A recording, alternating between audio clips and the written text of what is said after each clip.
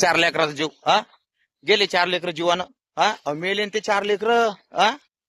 म्हणजे असं हलगर्जेपणा केला तरच म्हणजे लोकांचे डोळे असे कवरक उघडणार नाही हलगर्जेपणा तुम्ही म्हणता आता काय झालं आता एक ठिकाणी दार पाण्याचं तुंबलेलं होतं टेनिसचं तिथे लेकर खेळायला गेले बॉल गेला त्याच्यामध्ये खेळता खेळता क्रिकेट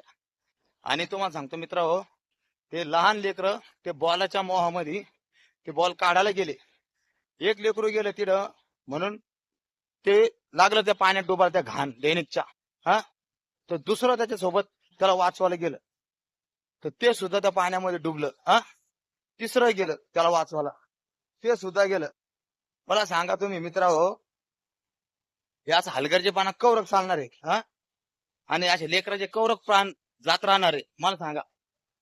आता त्या आई वडिलांवर काय बितत असेल काय त्या माय बापावर आता का रडो रडो टाव फोडला त्यानं का 4 लेकर गमावले 4 घरचे 4 लेकर क्रिकेट खेळत होते तिथं पाणी तुंबलेलं होतं आणि ते पाणी इतकं गैर होतं इतकं घिणड पाणी होतं प्रदूषण तर कौरक म्हणजे प्रशासन कावा जागा होईल आणि अशा गोष्टीवर कधी काम करल सांगा तुम्ही मला गमावला 4 लेकरांना आपला प्राण तुम्हाला हेच म्हणणं आहे प्रशासनाला जोपर्यंत कोणाचा प्राण जात नाही तोपर्यंत काय तुमचे डोळे उघडणार नाही का गेले का 4 मुलं एका माग 4 मुलं गेले ते छोटे छोटे 10 12 12 वर्षाचे मुलं गेले मित्र हो किती दुःखद घटना घडली आता किती वेळ लोकांना किती म्हणजे प्रशासनाला त्या महानगरपालिकावाल्यांना किती कंप्लेंट द्यायच्या किती शिकायत करायची आपण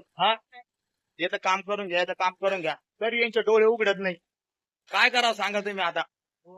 सामान्य नागरिकांना किती म्हणजे त्रास सहन करावा जीव गेला तरच का आता आले तिला दना जीसीबी आणली मुलांना तर बाहेर काढलं आणि तिला काम चालू केलं आधी नव्हतं करता येत का आधी केलं असतं तर त्या मुलांचा प्राण गेला असता का सांगा तुम्ही आता मला काही घटना घडती तेव्हाच त्याला काम कसं होतंय आधी का नाही होत सांगा तुम्ही मला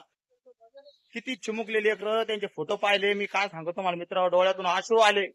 ते सोन्यासारखे लेकर गमवले त्यांना आपले प्राण मग आता इतकं चालणार आहे असं अरे यार आता तरी जागा व्हा तुम्ही आणि अशा घटना टाळा जेणेकरून लहान लेकर काही वृद्ध माणसं त्यांचे जीव वाचतील